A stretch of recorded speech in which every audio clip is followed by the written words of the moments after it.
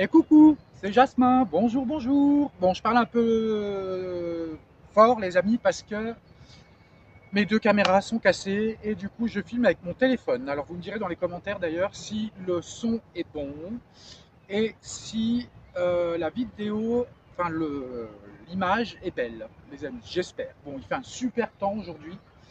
J'étais pas là pendant 2 jours, tout simplement parce que j'avais beaucoup de choses à faire et puis j'ai pris 2 jours de repos pour pouvoir m'occuper de moi, de la maison, enfin de tous les amis. J'avais plein de choses à faire. Donc aujourd'hui, on se retrouve pour une nouvelle vidéo et je vais vous parler de cet arbre, les amis, qui s'appelle... Ah, bah, j'ai mangé le nom. En fait, c'est un faux acacia, les amis. Alors il s'appelle...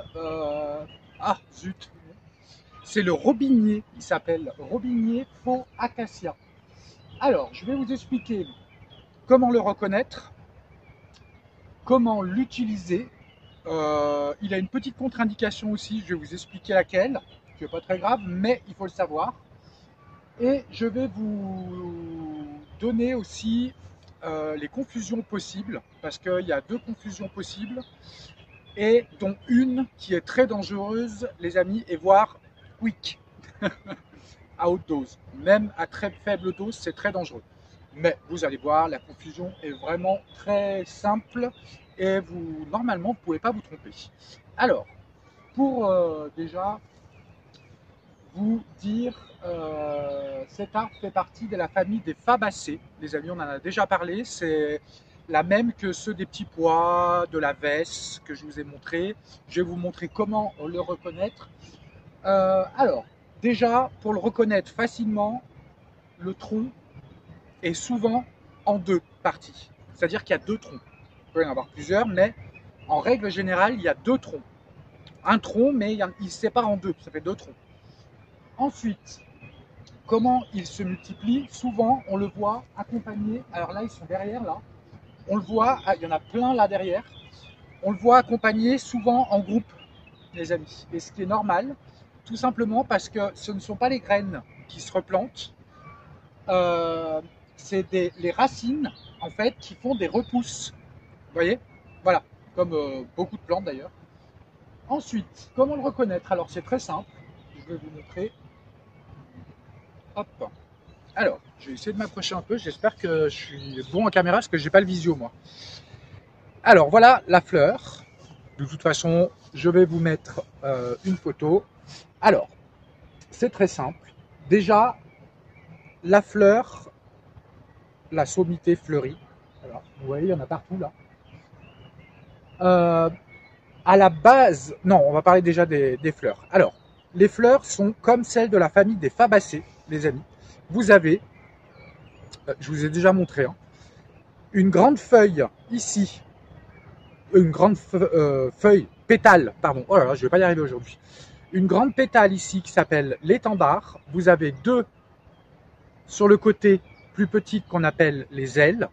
Et vous avez deux au milieu qui sont soudées, les amis. Donc, elle fait partie de la famille des fabacées. Voilà. Dans la famille des fabacées, il y en a beaucoup qui sont comestibles, mais il y en a une en particulier qui est très dangereuse, et je vous dirai après laquelle.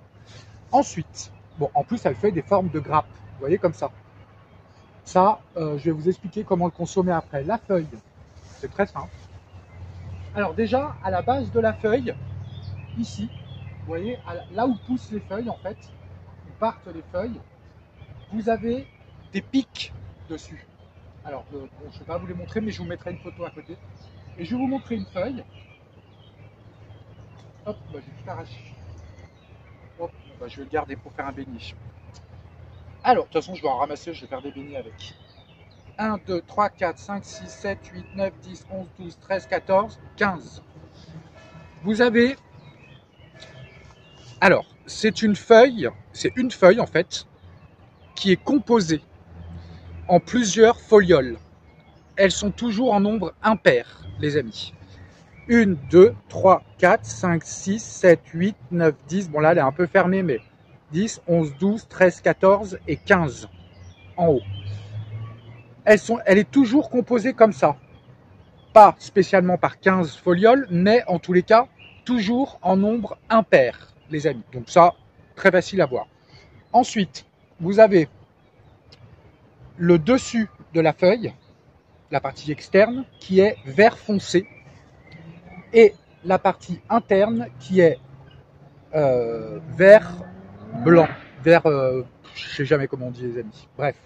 Et au milieu, vous avez une nervure, et vous avez des nervures qui partent vers l'extérieur. Donc là, vous ne pouvez pas vous tromper les amis, et puis franchement, il n'y a pas trop de confusion possible, sauf avec une, et je vais vous montrer après.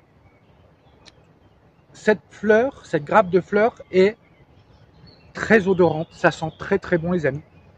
Et c'est cette partie qu'on consomme, en fait. Vous pouvez la manger crue. Par contre,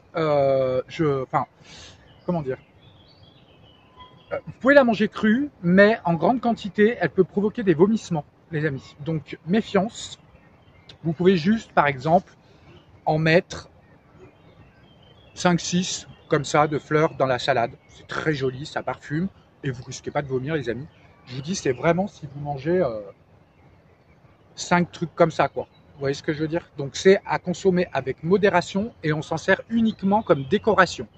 Par contre, cuite, vous n'avez aucun risque de vomissement, les amis, parce que ça enlève, alors je ne me rappelle plus exactement ce que c'est, mais à la cuisson, vous ne risquez rien du tout, les amis, pas de vomissement. Et ça parfume vos plats cuits, c'est-à-dire, par exemple, vous pouvez faire des beignets. Alors, pour les beignets, c'est mieux de ramasser les plantes, les fleurs, pardon, je ne vais pas y arriver. C'est mieux de ramasser les fleurs quand elles sont encore fermées, vous voyez. Il y en a un petit peu, vous venez le matin par exemple, quand elles sont fermées, tout simplement parce que quand vous allez la tremper dans votre préparation pour les beignets, elles auront moins tendance à tomber. Il faut les prendre jeunes, comme celle-là, vous voyez, elle est fermée. Vous les prenez toutes fermées le matin, hop, et vous les trempez dans votre préparation, vous faites des beignets. C'est succulent les amis. Ou alors, cette fleur se marie très bien avec les fruits rouges. C'est-à-dire que vous pouvez, dans vos tartes aux myrtilles, myrtilles sauvages par exemple, dans vos tartes de fraises sauvages, d'ailleurs on va faire une vidéo parce que j'en ai vu plein, vous pouvez les mettre, elles se marient très bien avec la fraise et la framboise les amis, vos tartes à la framboise, tout ce qui est tarte, chaud, cuit, incorporez ça les amis, ça donne un parfum subtil. Et vous allez voir, c'est juste magnifique, les amis. Alors, la confusion possible, c'est avec, vous connaissez tous d'ailleurs, c'est la glycine. Alors, la glycine, vous en avez certainement dans vos jardins. Elle est comestible, les amis. Mais la fleur, hein, sur cet arbre, c'est pareil, c'est que la fleur. C'est que la fleur qu'on consomme, les amis. La glycine, c'est la même chose. Elle fait les mêmes fleurs, étendard, ailes et feuilles soudées au milieu. Vous allez voir, elle est vérifiée dans vos jardins, c'est une odeur très odorante. Et vous pouvez faire des beignets aussi et en mettre dans vos salades ou alors dans vos tartes, tout ça. Ensuite, la glycine, bon, je vous mettrai une photo, mais vous savez ce que c'est les amis. Pour ceux qui ne savent pas, je vais vous mettre une photo. Ensuite, la confusion par contre qui est dangereuse, les amis, attendez, je vais poser ça. La confusion qui est dangereuse, c'est avec la cyste. La cyste, alors c'est le même arbre, les amis, les mêmes grappes, les mêmes feuilles, et par contre, l'inflorescence est jaune, les amis. Si jamais vous voyez cet arbre, mais avec des fleurs jaunes, les amis, danger. Il ne faut surtout pas la ramasser. Ne mangez pas ces fleurs, ne faites rien avec, regardez-la, contemplez-la, mais avec les yeux, les amis, parce que sinon c'est, honnêtement, si vous faites ça, si vous les mangez, ce sera la dernière fois que vous en mangerez, les amis, je vous le garantis. Voilà, et ben qu'est-ce qu'on peut dire d'autre sur cet arbre? C'est un arbre à avoir dans son jardin parce qu'il attire, comme je vous l'ai dit, c'est un mellifère, il attire beaucoup les insectes et les abeilles, tout ça. Vous en avez besoin dans vos potagers, dans vos jardins, pour vos fleurs, tout ça. Donc si vous en avez, surtout gardez-les. Vous pouvez même essayer d'en trouver pour les planter, les amis. Qu'est-ce qu'on peut dire d'autre? Bah écoutez, pas grand-chose, à part que déjà il est magnifique. Et c'est le moment, les amis, de le récolter. Alors, je ne sais pas si on pourrait, par exemple, le faire sécher les inflorescences pour garder pour l'hiver, pour boire une tisane de temps en temps. Je ne sais pas si c'est possible. Faudrait vérifier sur Internet, les amis. Voilà. Bah écoutez, j'ai pas grand-chose d'autre à dire, mis à part que je vous souhaite une bonne cueillette. Petit aparté quand même, je ne suis pas médecin, les amis, je ne suis pas Dieu, d'accord? Et tout ce que je vous dis sont juste à titre informatif. Je vous invite quand même à consulter un médecin pour savoir si par hasard il n'y aurait pas des contre-indications médicamenteuses, si vous n'êtes pas allergique par exemple, ou je ne sais pas, tout. Imaginez les pires scénarios, les amis, quand vous utilisez les plantes, surtout, parce que autant les plantes sont très bénéfiques, mais autant elles peuvent être très dangereuses, et même si vous n'êtes pas, même si ce sont des plantes comestibles, parce que vous pouvez faire des allergies. Les amis, ne vous affolez pas. En général, les gens qui font des allergies aux plantes sauvages, aux arbres et tout ça, sont des gens qui sont déjà sujets à beaucoup d'allergies. Donc voilà, si vous êtes sujet à beaucoup d'allergies, les amis, faites très attention. En tous les cas, profitez de ce printemps pour manger cette belle fleur, les amis. Je vous fais des gros bisous et je vous dis à demain.